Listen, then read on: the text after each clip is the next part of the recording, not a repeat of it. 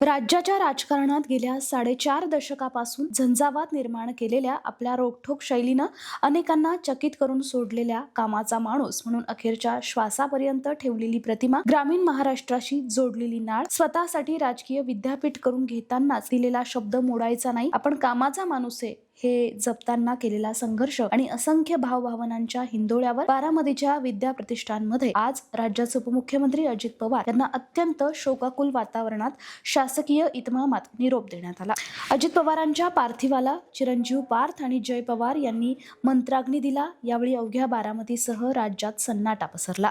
विद्या प्रतिष्ठानच्या प्रांगणात समर्थकांनी अजितदादा अमर रहेचा गजर करत आपल्या लाडक्या दादाला निरोप दिला। यावेळी महिलांसह कार्यकर्त्यांनी केलेला आक्रोश अजितदादांच्या प्रेमाची साक्ष देत होता। नेहमी खडसावणारे दादा, मदतीसाठी धावणारे दादा आज निश्चित आहेत हे अनेकांसाठी काळीज कुरतडणारं होतं। त्यामुळे अनेकांच्या डोळ्याच्या कडा पाणावल्या। अजित पवार यांच्या पार्थिवावर अंत्यसंस्कार करण्यासाठी विद्या प्रतिष्ठानच्या मैदानात चबुतरा उभारण्यात आला होता। चबुतऱ्यावर पवार कुटुंबियांसह राष्ट्रवादीचे नेते सुनील तटकरे, आमदार राणा जगजितसिंह पाटील उपस्थित होते।